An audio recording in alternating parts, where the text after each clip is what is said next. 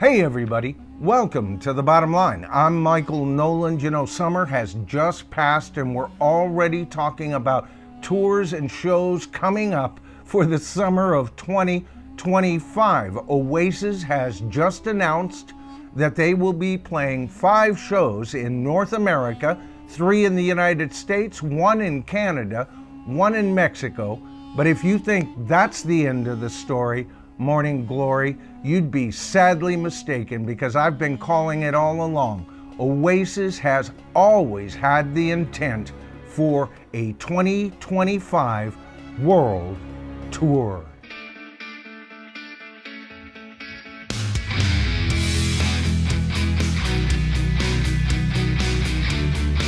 All right, so when I say that Oasis has been setting us up for a world tour from the get-go, I don't mean just from the point that they announced 1 or 2 or 3 special concerts for their dedicated fans in Britain. You see, you have to take a look at the situation from that initial announcement, folks. Who were they in bed with at that point? That's right, they were in bed with Ticketmaster from the start. And from the start, didn't start with that announcement. It takes anywhere from 18 months to 2 years, especially for bigger bands like Oasis, to set up a future set of concerts with Ticketmaster. They have to take a look at who else is going to be touring out there and what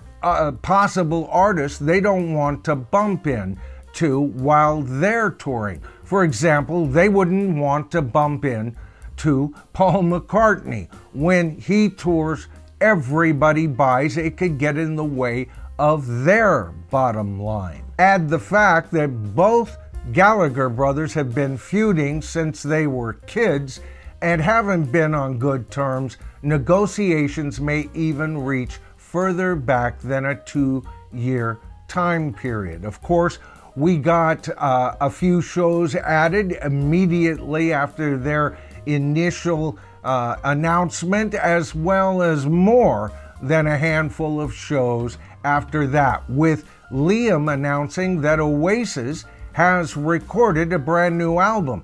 Not just recorded, he said the album is in the can. And now we see they've added a leg to this undisclosed world tour for 2025, where they are going to tour in the United States, Canada, and Mexico. 5 shows so far. Now, with this announcement, the band says they're going to do away with dynamic pricing. I'm not sure how that's going to work out, because I can guarantee you there are other hidden ways that Ticketmaster can make up for that money as well. Why do I have my doubts? Well, let's take a look at Oasis's reaction concerning this debacle happening in Britain with Ticketmaster and their dynamic pricing scheme.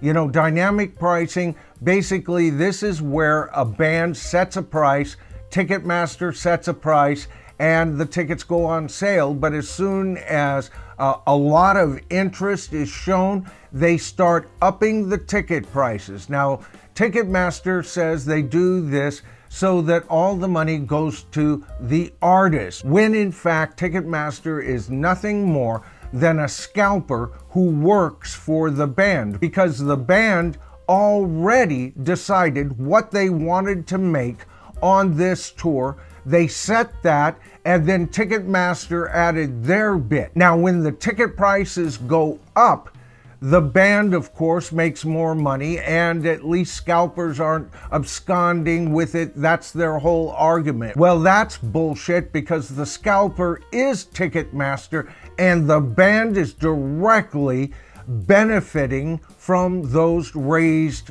prices. Now, Oasis has made statement that they don't like this, but what have they done about it? Now, you may be thinking that they have done something about this with their announcement for 2025. 2025 is, well, first of all, not here, so this becomes a promissory note at best. They are almost like a political candidate who's been in power promising to change things, and you're wondering, well, why didn't you change it before? Take a look at what happened in Britain. What have they done in the past that will make you think that they're the good guys this time around? And them announcing only a handful of North American shows is just the beginning. They will either swing down to South America, Central America,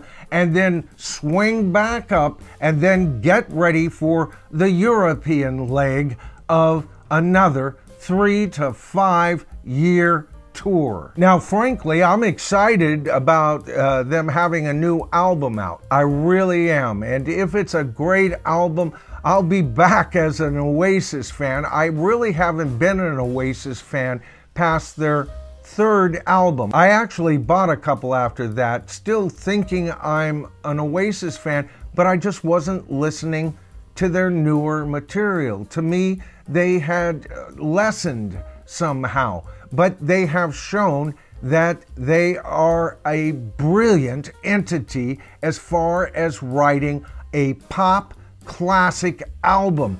2 of their albums are masterpieces, in my opinion. I just hope this new album isn't a hastily put together project to just be thrown out there in support of a 3 to 5 year tour. Nothing more than a tool used by the band, but they've shown themselves capable of brilliance. Here's hoping there's promise still. All right, folks, that's the video for tonight. I hope you enjoyed it. If you did, please give me a thumbs up. Always helps with views and channel growth and all of that. And if you haven't subscribed to the channel as of yet, just hit that subscribe to the tribe button, tap that top bell icon, and you're in.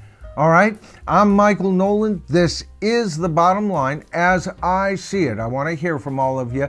I know a lot of you aren't going to agree with my opinion concerning Oasis, and that's fine. I want to hear from you because you know what? It's in the comments where we prove, yep, that we are the tribe.